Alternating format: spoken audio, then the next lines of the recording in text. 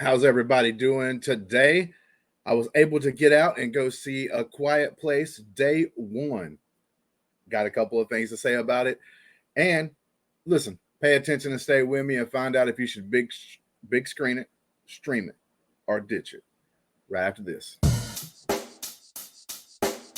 Check the mic and make sure it sound right, boys.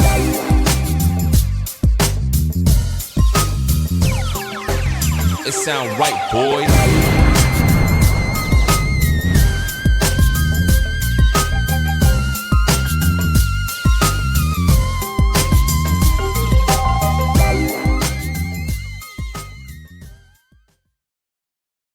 What is going on, everybody? We're here to talk about a little movie that I was able to go to see as A Quiet Place day one, the prequel movie to the first two Quiet Place movies that we got. And I enjoyed thoroughly both A Quiet Place 1 and 2.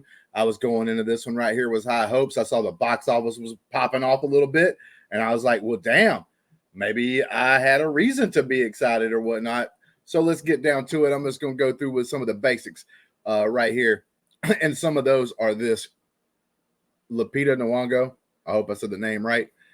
Fantastic job. One of the things in these movies right here that is a little bit different than, say, like playing other roles is being able to play your part with facial expressions, with not having to make a lot of noise, with not able to speak, like even when you want to, even when you're supposed to feel scared and shocked. She did a superb,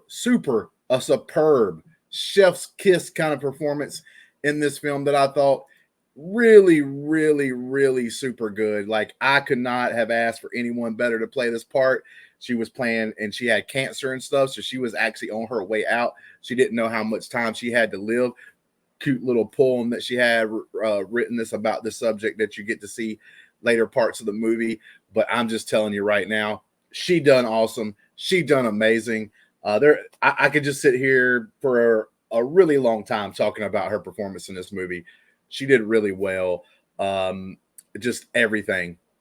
Acting like she's weak and vulnerable because of the disease, the cancer that's rotting her from the inside, and like having to deal with this like whole thing of the world maybe ending around you. So kudos, man. Great job here. Now we jump into some of the supporting cast. Really and truthfully, there's not a huge amount of characters in this film, but the couple that are there do a great job. We got Joseph Quinn. You can see here in the picture standing next to Lupita, and they're moving around with the cat. The cat's also a standout, to be honest with you. How the hell do you get a cat to do anything? I own a cat. I like it. But how the hell did they get this cat to do the things they wanted it to do? I don't know. How the hell did they keep it quiet, for God's sakes, this whole entire film? So kudos to the cat, but also to the main man sitting right there in front of you, Joseph Quinn. He also as well does an awesome job. I would say he doesn't quite hit Lupita's like performance. I think there are a couple of times where, and it may not be ultimately his fault. There was a couple of times, like for instance, he all of a sudden out of nowhere, like without to me any sign of like a warning, he like has, I guess, panic attacks or something.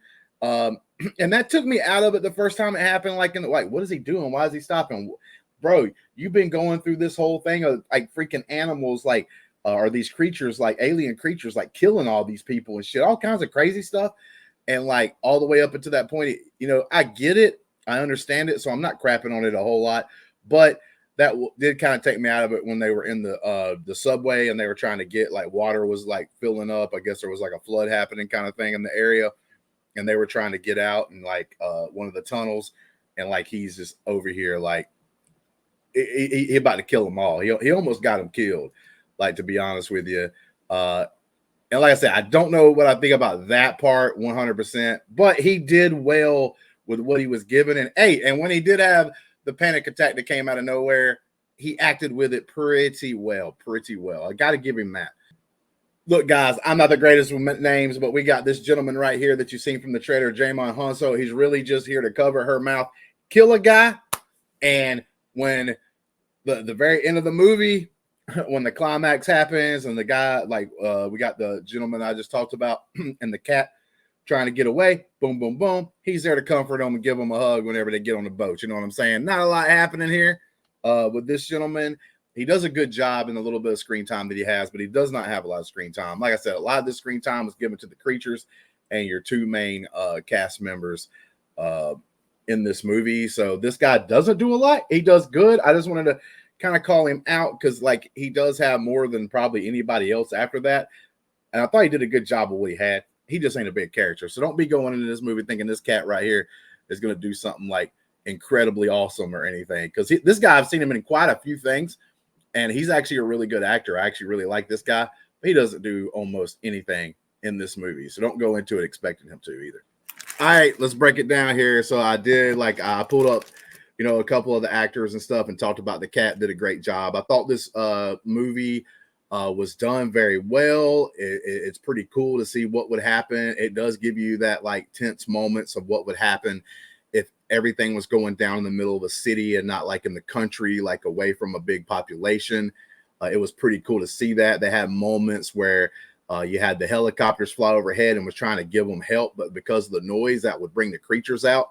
And then you had people just not being smart, man, being stupid. Just like they give them a thing and then they say things like, hey, go to the South Harbor. We need you to get there. And everyone decides, of course, to go at the same freaking time. You got one jackass out here carrying a stupid luggage thing with a broken ass wheel making noise.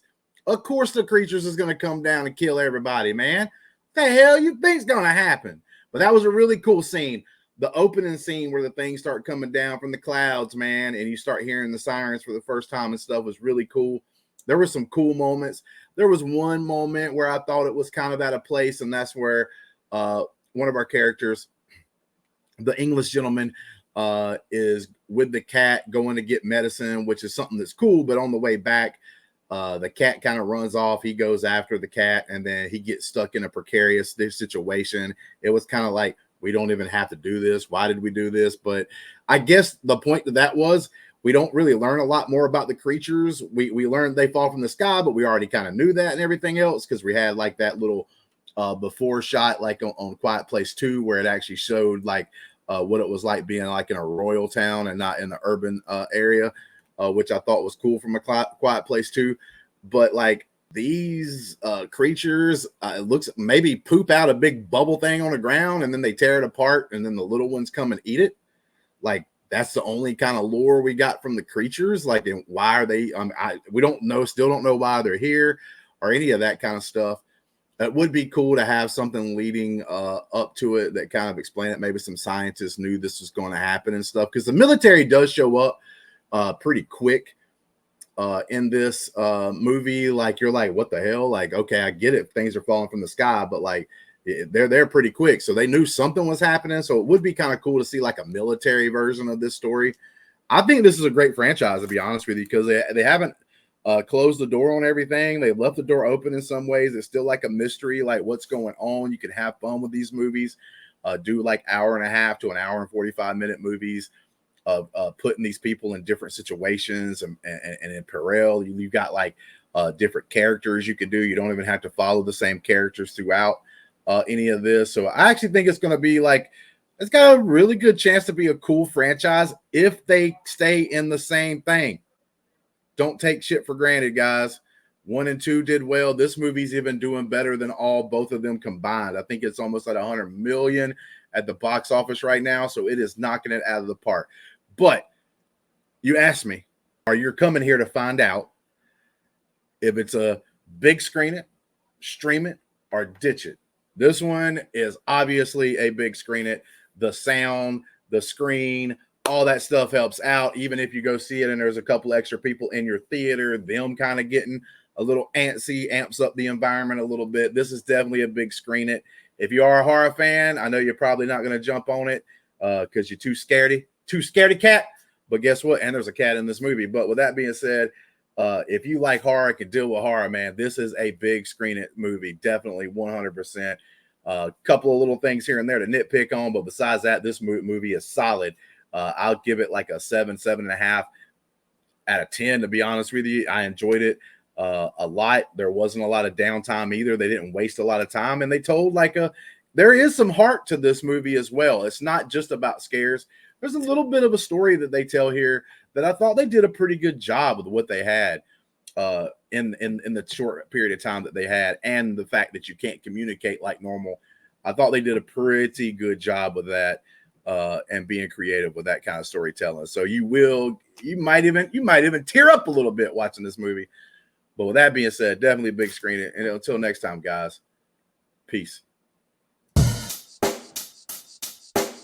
Check the mic and make sure it sound right, boys.